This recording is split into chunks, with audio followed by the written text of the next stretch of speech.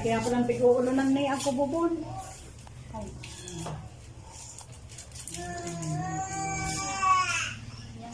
Sa piad. Oo. Nag-bedsore na bagayan. Ano? Among ano? Ito po, magandang hapon. Ako po muli si Dong Tigidong. Nandito po ako sa bahay ni Kuya Antonio. At yung pong napag-usapan namin nila Sir Ruel Lipat ay bibigay po natin siya ng charcoal pill. Po marami pong nalulunasan na sakit. Ito pong charcoal pill, pati po Sir Ruel ay umiinom nito. At ako din po. Ayan. So yung mga toxic sa katawan na alis po nito, na-absorb niya. Kasi po ito ay gawa sa ano ng nyog, yung uling ng nyog at marami pa pong mineral. So take lang po siya nito, isang araw isa. Ayan po, may 100 tablet tayo. Kagaya din po ng sinabi natin na bibigyan po siya ng panggamot na vitamin B complex at gatas, Ate Bergie, Banji ay nakapila pa po yon sa ano sa ating mga humihingi ng tulong kasi yung naibigay na budget ay yung dadali namin si Ate Helen kay sa Sorsogon. Okay, so ano naman po yon, nakapila na po yon, approve na po yun ni Sir Ruel, bibigyan po siya ng pambiling gamot. Opo, salamat po tayo kay Sir Ruel Lipat. Salamat po, Sir Ruel, sa tulong niyo po. Uminom siya ng gamot sa sakit, yung tramadol. O matagal, tagal umepekto yun eh. Sa kamay mo, hindi ito walang sakit dito, walang sakit. Wala. Dito sa ano niya dito. Paglabanan mo siya, Antonio. Tawag tayo kay God. Sobrang tulog. Ay, napula sa dahay. Kailangan na ito dito ang pinakamasakit. Ito. Dahay! Napula sa mo. Oo, na. Napula sa dahay. Kainom ka nito. Napula sa dahay. Madali. Isang araw. Napula sa mo. Sige na. Grabe ng sakit. Napula sa darang kulang. Sobrang sakit po talaga. Hindi po natin matiis yung sakit. Hindi ang pwedeng mamaya. Kulang. Ay, nanay. Ang kulog talaga, nanay. Tama naman nung dapaman makulong. Hindi ko pa man ako makulong. Nakakulong po po daw. Nanay.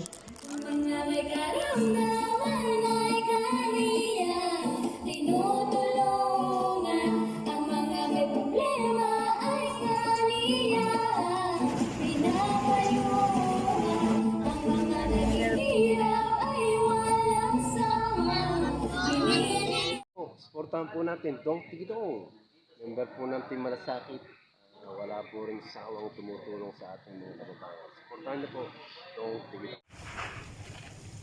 So yan mga kalingap, support po natin Dong Tigidong. Yan, sa team Ruel Lipat po, support natin. Napakabait po nito mga kalingap. Nag-collab po kami dito sa Baaw Camarines Resort. Shoutout po sa lahat ng viewers natin.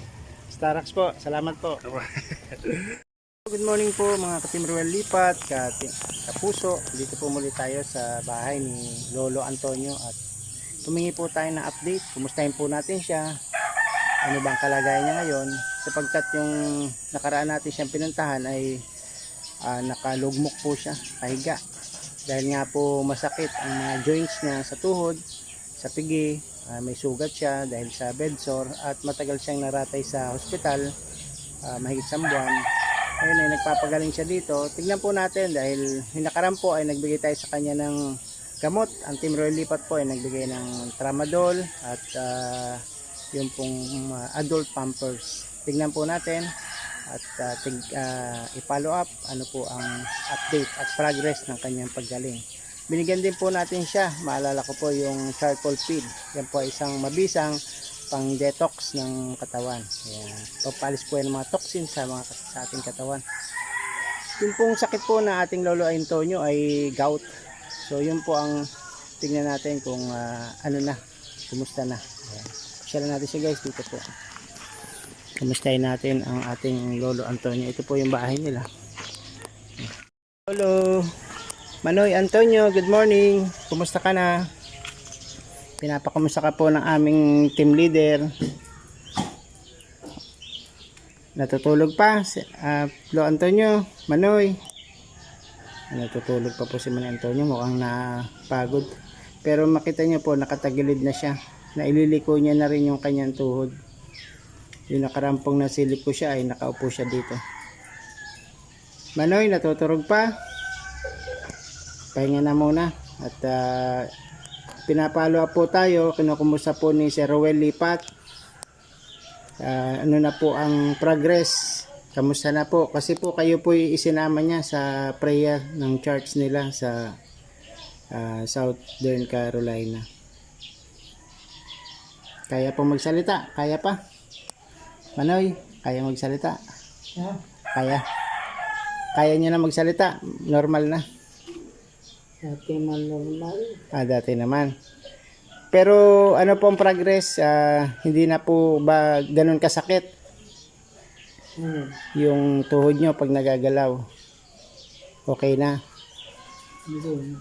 Praise the Lord. Yan. Kasi po kayo kasama sa aming team sa mga panalangin na kayo po ay gumaling. Nagiinom pa po kayo nung charcoal pill. Yung charcoal pill po na isang boteng ibinigay natin sa inyo yung nakaraan. Umiinom po kayo noon. Isang araw po, isa po yun. Pampalis po yun ng detox sa ating katawan, mga toxin. Pati po binigyan din natin noon. Yung mga tinutulungan natin na may mga bukol na tanggal po. Kahit po si Sir Rowel ay gumagamit ng charcoal pill. Sino po kasama nyo ngayon? Wala. Namalengke si Mrs. Meron po kayong taga-therapy ngayon, nabalitaan ko. May nagte-therapy po sa inyong matandang babae. Totoo po ba yun? Ano pong progress? Kumusta naman? Ganda naman. Talagang siya, yung lahat ng ugat nyo nabubuhay, nahihilot niya. Oo nga po, medyo na kayo, maganda na yung cooler nyo. Dati habol ang hininga eh. Pag ganun ka, tapos sabi mo, sakit, makulog. Ngayon ay okay na. Nag-almusal na po kayo? Nag-almusal na? Opo. Wala nang wala nang pain, wala nang sakit sa tuhod nyo. Nabibiko-biko nyo na. Okay. Magandang balita po yan. Ipaparating po natin yan kay Sir Rowel. Basta patuloy lang po yung charcoal pill nyo. Tapos yung po, yung pagkain po ng walang masyado mantika at saka maalat. Iwasan po natin yung mamantika, mga karne. Maganda gulay lang. Sana nga po makita na ko na uli kayo dyan sa labasan na paggalagala. Hindi na kayo nakakapagala eh. Dati nakapagbiyahe pa kayo ng tricycle, ano po? Sino na po nagbabiyahe ng tricycle nyo? Wala. Wala pa. Sa mga anak nyo, walang marunong? Hindi. Meron naman. May trabaho. May mga trabaho din bukod. Napansin ko po itong nyo ay medyo maga. Kasama po yan sa masakit ito. Buto yan. Buko. Parang medyo maga eh. Maganda na yung aura nyo, Lolo Antonio. Sana tuloy-tuloy na ang paggaling nyo po.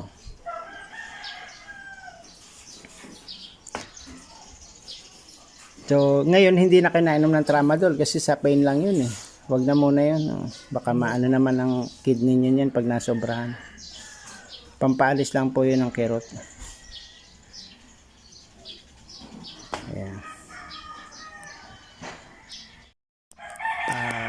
Kaya nyo umupo ngayon? Papakita natin kay Sir na nakakaupo na kayo. Mag-isa? Kaya nyo mag-isa?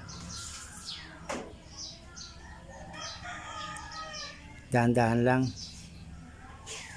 Ayan o. Okay. May malakas na yung power ni Lolo Antonio, Sir Rowel. Thank you po sa inyo sa suporta nyo at sa prayer ng grupo. Pati po ng church nyo. Dyan sa Southern Carolina. Ang laki na po ng pagbabago ni Lolo Antonio. Nakakaupo na siya mag-isa. Naliliko na yung paa at wala na yung maga. hindi na rin niya nilagyan ng ano, yung rosaryo. Inalis na nila yung rosaryo. Pati sa tuhod ay yan, kaupo siya ng ayos. Ipapampers na lang siya. Tsaka po sir, ang kanyang sa tuloy niyang paggaling, ang gusto niya pong pagkain na unang-unang matikman ay yung sinigang na baboy. Yan po.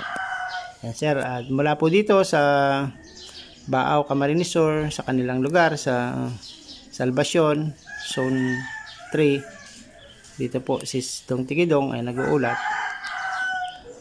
dito po kay Lolo Antonio. Ayan.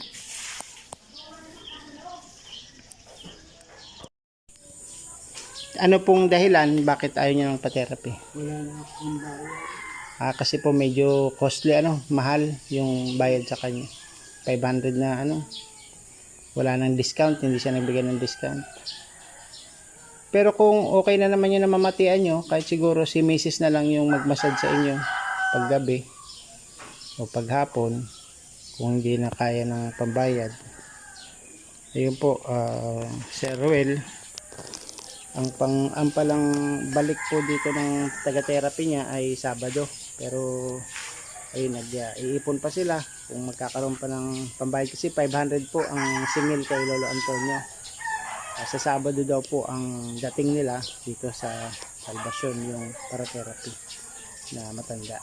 So yung kay Ate Helen, tinitherapy din po siya. Naka-twice na po si Ate Helen at okay naman kay Ate Helen ang kanyang resulta, ang progress.